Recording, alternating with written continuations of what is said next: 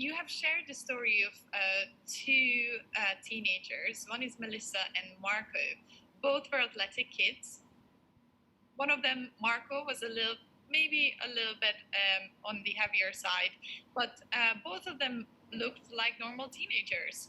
And we understand that Marco, unfortunately, at a young age of 17, was actually diagnosed with fatty liver disease. Can you tell us a little bit more about that? And why did he develop fatty liver disease at such a young age? Yeah, and unfortunately, we see it in even younger kids. And we only found that because he was part of a research study. But yeah, so most liver disease up until about 10, 15 years ago was related to alcohol. And we have a new disease now called non-alcoholic fatty liver disease. And the reason we're seeing more of that is because of greater sugar consumption and fructose in particular. So alcohol is taken up by the liver, and the liver kind of detoxifies the alcohol out of the blood, just like the liver is this giant filter that removes all the toxic elements from the blood, alcohol being one of them. And what the liver does with that alcohol, converts it to fat and produces a lot of inflammation byproducts. So that buildup of fat in the liver can become very harmful and affect the ability of the liver to function, meaning that it will not be able to properly filter the blood for toxic compounds. Well, now what we've learned is that fructose is handled by the liver in almost exactly the same way as alcohol.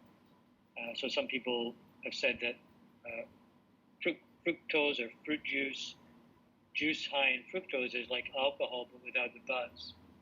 You don't get the buzz from the alcohol, but the liver clearly the body does not want fructose to get beyond the liver. The liver takes up about 90% of the fructose that comes in, especially when it's coming in large amounts, and it converts it to fat. That fat can get stuck in the liver, cause fatty liver disease, but the byproducts of that are also not good. Inflammation, uric acid production, and if the fat doesn't get stuck in the liver, it gets repackaged into triglycerides and other lipids and sent out into the blood. So that's the basis of the origin of this lipidemia. So when we talk about fructose, if our guests are not aware of it, maybe when we have fructose in the form of fruits, it is very different than when we are actually consuming it through sugary drinks. Could you tell us a little bit more? Why is that? Yeah, absolutely. This is important because when I go off on my fructose bandwagon, some people will say, "Oh, he's saying fructose is bad, so I shouldn't eat fruit." That's not at all the case, because this process of how the liver handles fructose is based on concentration of fructose and how rapidly it's coming in. So if you're eating an apple, for example, which has fructose in it, that fructose is released slowly because of the fibers that come along with it. And under those conditions of a slow release situation, the gut can actually convert some of that fructose into glucose, and it can bypass this pathway of converting to fat. So eating an apple is very different from when you put an apple through a juicer and you extract the juice and you liberate the sugars. So when you juice an apple, first of all, if you drank a glass of apple juice, it would be the equivalent of 3 apples. So you've automatically got 3 times as much fructose in a glass of apple. Nobody's eating 3 apples all at once, but you would be drinking the juice of 3 apples. And then you've thrown away the fiber, and you drink those 3 apples in about 5 minutes. So it's a very rapid-acting situation where you overwhelm those capacities to convert to glucose. You overwhelm the protective pathways, and the fructose just doesn't want all that fructose getting around. So that's when it takes it out of the blood filters it out of the blood and converts it to fat.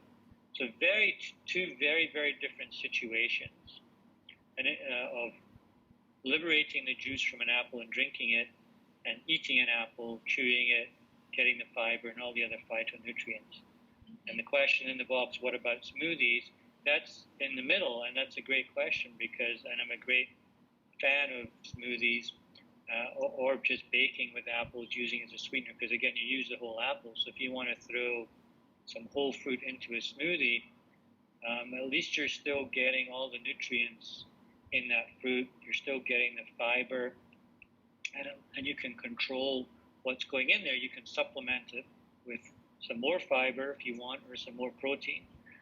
So some people will argue, I've heard this argument, smoothies, if you blend it too much, you'll shred the fibers and you'll remove the protection from the fibers.